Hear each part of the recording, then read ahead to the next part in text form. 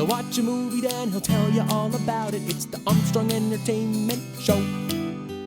Hello everyone and welcome to Armstrong Entertainment. This is Chad here and I watched the movie The Batman starring Robert Pattinson. Now, I will tell you right off the bat, I am not a Batman super fan. I have seen every iteration of this character, but I am by no means a Batman fanatic. So why is there another Batman film? I honestly have no idea. I am assuming it is a rights issues and they will lose the rights if they don't create a film every so often, every 10 years or whatever it is, kind of like the Spider-Man thing.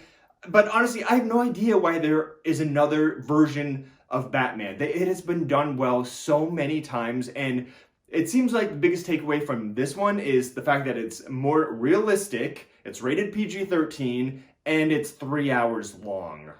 This reboot, reimagination, whatever you want to call it, doesn't add anything new to the franchise.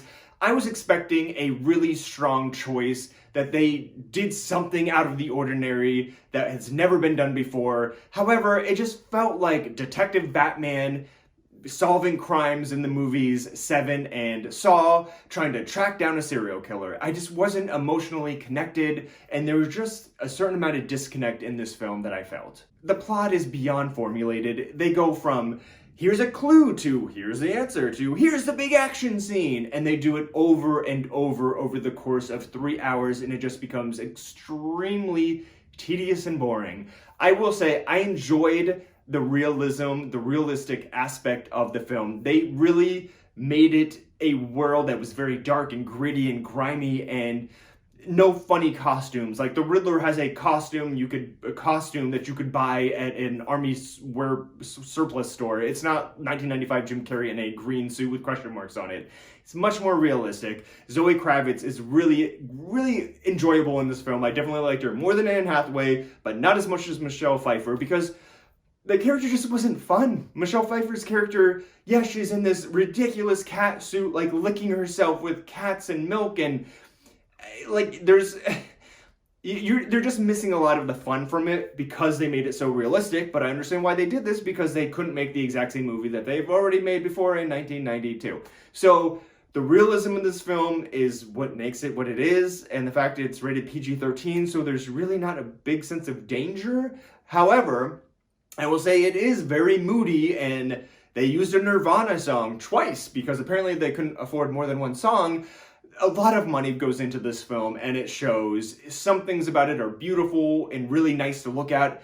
However, it is an utterly dark film, like I said, and I just don't mean emotionally dark, I mean physically dark. I couldn't see a damn thing sometimes. I'm watching something and I'm like, oh, it'd be nice if I could actually see what was going on.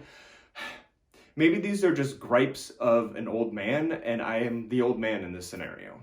Robert Pattinson is an incredible actor. He is too good for this movie. He is too good for the role of Batman, because Batman is a very boring character to portray for an actor, I think. And he really does a good job with what he is given as Batman, but as Bruce Wayne, it was laughable. He has this perfectly stylized emo hair that is just so ridiculous. Paul Dano, who plays Riddler, is utterly obnoxious to me, screaming and crying. I just found him repulsive and annoying. I mean, great for the character. Personally, for me, I just didn't love his choices he was making. All of the acting and actors in this film are really good, and they do turn in good performances, but just, like I said before, there's just this disconnect, and I just didn't care. Overall, this franchise is like kicking a dead horse. We've already seen so many iterations of it. The Tim Burton versions, which were the original campy, fun ones, and then the Christopher Nolan reboot, where it was like edgier, darker, and more dangerous. And then, of course, you had the ones in the 90s that were just like Joel Schumacher's garbage junk. And this kind of falls near the bottom of that. I don't know why they had to make this film. Again, they weren't saying anything new that we haven't seen before, and at this point it's just getting boring, and I was not a fan of this film. However, I feel like a lot of people are going to disagree with me. There was people who actually applauded at the end of this film, which just had me flabbergasted. I don't get it. I'm so over Batman. All I want to do is pop in my 1989 VHS tape and watch the original with Michael Keaton, and that would make me very happy. It is called The Batman, and at 3 hours long, it is playing in a theater near you. Until next time. He'll watch a movie, then he'll tell you all about it. It's the Armstrong Entertainment Show.